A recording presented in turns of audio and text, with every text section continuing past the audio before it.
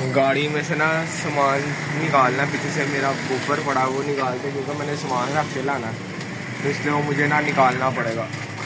चाबी दे दे, अनलॉक ना कर। तो फिलहाल जो है ना भाई निकालते हैं।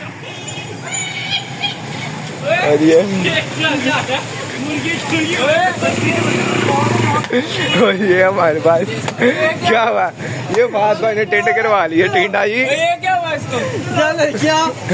ये क्या हुआ क्या? ये कहते मुर्गी लेने आया, मुर्गी वहीं पर रख के घर जा रहा है। फिलहाल जो है ना